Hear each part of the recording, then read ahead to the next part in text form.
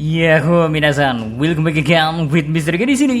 Nah, pada kesempatan kali ini kita bakal membahas terkait pertarungan Kurohige melawan Law. Tepatnya dampak yang akan diberikan setelahnya pada pertarungan keduanya. Yaps, chapter kemarin kita disajikan soal pertemuan keduanya yang tak terduga. So, kita mulai langsung aja pembahasannya, G. Let's go. Bagaimana pertarungannya? Oke, membahas dulu soal kemungkinan jalannya pertarungan antar keduanya. Well, sebenarnya Mr. K ragu Oda Sensei akan menyajikan pertarungannya secara detail atau enggak, atau tiba-tiba akan langsung diperlihatkan hasilnya aja. Sebab beberapa pertarungan Kurohige terkesan begitu disembunyikan dan cuma hasil akhirnya saja yang diperlihatkan. Mulai dari melawan S, melawan sisa-sisa kru Shirohige, termasuk melawan Buah Hancock kemarin, kurang digali lebih dalam bagaimana Kurohige bertarung. Nah, tak menutup kemungkinan pola serupa akan terjadi di pertarungan melawan Law tersebut. But ini cuma perkiraan semata. Bisa jadi pertarungan ini titik balik kekuatan Kurohige dan krunya diperlihatkan. BTW, bicara soal hasil, jelas apapun bisa terjadi kan? Entah Law menang, Kurohige menang, ataupun keduanya imbang. Semua tergantung keadaan. Kalau dari penglihatan Mr. K sendiri, sebenarnya andai pertarungan ini murni melibatkan Law dengan Kurohige aja, kemungkinan Law untuk menang sama sekali bukan nol besar. Kemampuan OP-OP Nomi, terus kehebatan Law dalam menyusun strategi, serta pengalamannya dalam menggunakan haki di pertarungan-pertarungan sebelumnya menjadi bukti bahwa Law memang sudah sekuat itu, sehingga pertarungan melawan Kurohige bukan sesuatu hal yang mustahil untuk dimenangkan.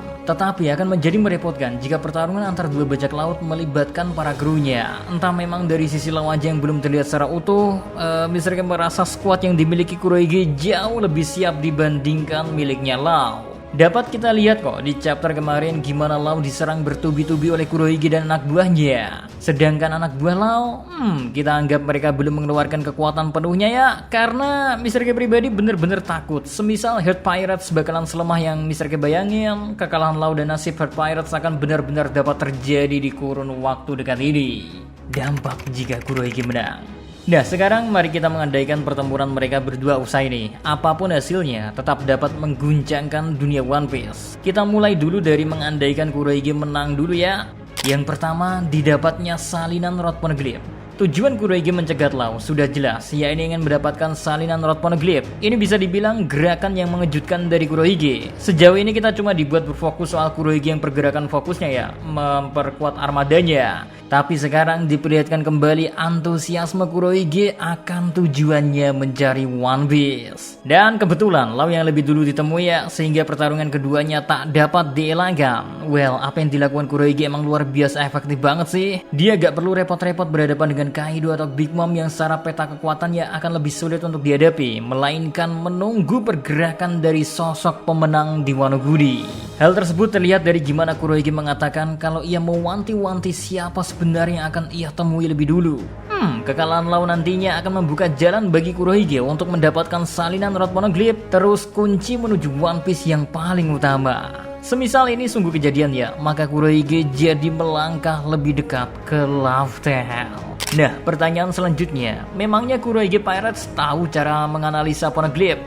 Ini yang menarik guys. Di cover story kemarin pun kita dibuat berasumsi bahwa Aokiji alias Kuzan telah menyerang Coklat Ton dan Puding telah diculik. Semisal memang benar Aokiji yang bertanggung jawab akan kejadian tersebut, meski kekuatan Puding belum bangkit ya, tetap saja membuka kemungkinan Kurohige untuk berhasil membedah Poneglyph. Terus yang kedua ya, Kurohige mencuri buah iblis OP-OP Nomi. Wah, dampak kedua semisal Kurohige menang adalah berhasil didapatkannya kekuatan buah iblis OP-OP Nomi. Sejauh ini kita memang diperlihatkan terobsesinya Kurohige Pirates akan kekuatan. Beberapa kekuatan buah iblis selalu mereka upayakan untuk didapatkan, mulai dari Mera-Mera Nomi di Dressrosa, Mero-Mero Nomi di dekat-dekat ini ya, serta buah iblis Suke-Suke Nomi yang diberikan kepada Shiryu. Bukan tidak mungkin, Kurohige juga ingin mendapatkan kekuatan buah iblis OP-OP Nomi. Kedahsyatan buah iblis OP-OP Nomi sudah sangat melegenda. Memperoleh kekuatan buah iblis tersebut tentu akan memperkuat armada Kurohige Pirates. Selama ini kita kan tenang-tenang aja bahwa buah iblis super membahayakan berada di tangan Law. Lantas bagaimana kalau kemudian pindah ke tangan Kurohige? Tentu kengerian yang tak bisa dibayangkan. Kurohige akan semakin sulit untuk didekati, sehingga kelemahannya dalam menerima serangan yang ia serap bisa ia tekan semaksimal mungkin, atau bahkan musuh tak akan sempat untuk mengenainya berkat penggunaan Room Kurohige.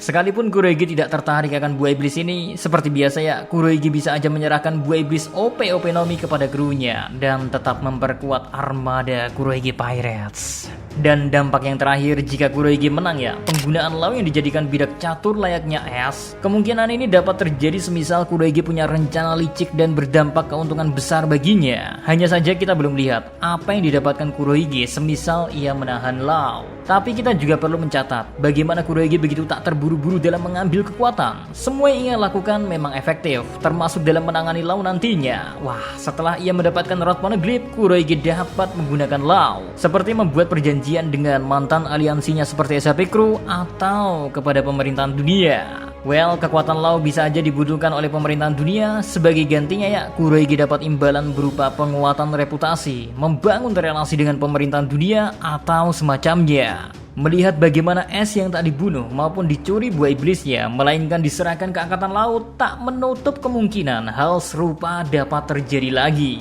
But tetap aja Kurohige akan memperhatikan keuntungan yang bisa ia peroleh. Ingatkan, Marco the Phoenix dan kawan-kawan aja gak terlalu dihukum oleh Kurohige Pirates meski mereka menang di pertempuran balas dendam. Sekarang yang lebih menarik, jika posisi Law menang. Oke, tadi Mr. Game membahas soal gimana kalau Kurohige yang menang. Maka kita sekarang bergeser, andaikan Law yang keluar sebagai sosok pemenang dalam pertarungan itu. Let's go!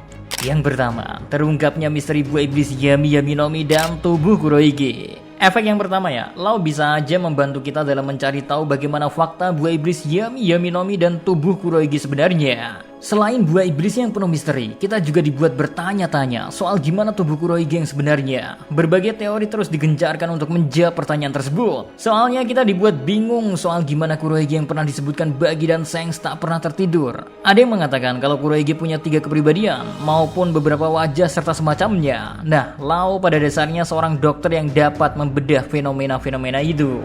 Jadi bukan tidak mungkin kan, selama pertarungan Law dapat menganalisa kekuatan Kurohige ditambah kekuatan hakinya yang telah meningkat, sehingga dapat menemukan celah dalam kekuatan Kurohige yang luar biasa. Hasilnya, kunci mengalahkan Yami Yami Nomi dan Kurohige akan didapatkan, dan informasi tersebut dapat digunakan oleh siapapun termasuk ke All Bakat Shinchu sekalipun. Yang kedua, reputasi Kurohige yang memudar. Dampak kedua dari kemenangan Law adalah berkurangnya reputasi Kurohige sebagai Yonko. Yaps, berhadapan dengan Law yang juga punya nilai bounty miliaran akan mempertaruhkan reputasi antar keduanya. Terlebih bagi Kurohige yang telah mengantongi gelar Yonko ya, sejauh ini ya memang baik-baik saja. Tapi jangan lupa bahwa sebelumnya Kurohige gagal dalam menaklukkan buah Hancock dan justru dipukul mundur oleh Rayleigh serta dibuat repot oleh Seraphim. Nah, jika rentetan kabar tersebut disambung dengan kekalahannya melawan Law, maka bukan tidak mungkin gelar Yonko milik Kurohige hanya akan dipandang sebelah mata. Alhasil Kurohige dapat ditekan dengan lebih berani oleh musuh, entah itu angkatan laut maupun bajak laut lainnya, dan akan kesulitan dalam menyebarkan pengaruhnya.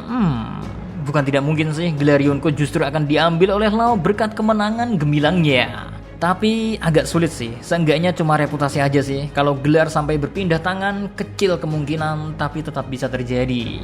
Yang ketiga, Koby berhasil diselamatkan. Dan dampak yang terakhir yakni penyelamatan Koby. Seperti yang kita tahu ya, tanpa alasan yang kita ketahui, Kurohige menculik Koby. Memang tidak ada jaminan bahwa Koby ada di dekat Kurohige bersamaan dengan penyerangan Law ini. Namun melihat rentetan waktu yang tak terlalu panjang antara insiden Amazon Lily dengan sekarang, bisa aja Koby memang berada di tempat yang sama. Wah, kekalahan Kurohige nantinya dapat digunakan oleh Koby untuk melarikan diri. Sama halnya bagaimana dulu Kaido kabur dari Sebek ketika kalah dari Garp dan Roger. Atau mungkin justru Law yang menemukan Koby.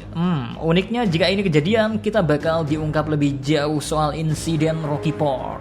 Insiden ini terjadi selama time skip dan mengukuhkan nama Koby sebagai pahlawan berkat tindakannya di sana, serta keterlibatan Law dan Kurohige. Berkumpulnya ketiga orang ini nantinya bisa mengungkap insiden apa sebenarnya yang terjadi. Wah, tanpa kehadiran Koby yang belum pasti sekalipun, kemungkinan besar ya, baik Law maupun Kurohige membicarakan hal itu. Lalu, yang jadi menarik adalah, gimana jika seandainya mereka imbang? Wah, gak banyak hal yang terjadi sih. Walau Mr. Game melihat bakal ada perang informasi sekalipun tak ada pemenang dalam pertarungan ini. Yang pasti Kurohige akan mencari alternatif lain jika Law gagal ditumbangkan. Seperti langsung bergerak ke tempat Rod Poneglyph berada, atau menemui Kid dan Luffy. Well, itu dia tadi pembahasan kita soal efek yang bisa terjadi dari pertarungan Kurohige dan Lau. Tentunya kita cuma bisa menduga dan berasumsi. Skenario yang sebenarnya cuma diketahui oleh Odachi. So, gimana menurut kalian? Lau atau Kurohige yang menang? Dan dampak apa lagi yang bisa disebabkan? Monggo, coret-coret aja di komentar, oke? See you again next time. Adios ya, below. Stay safe everyone. Salam.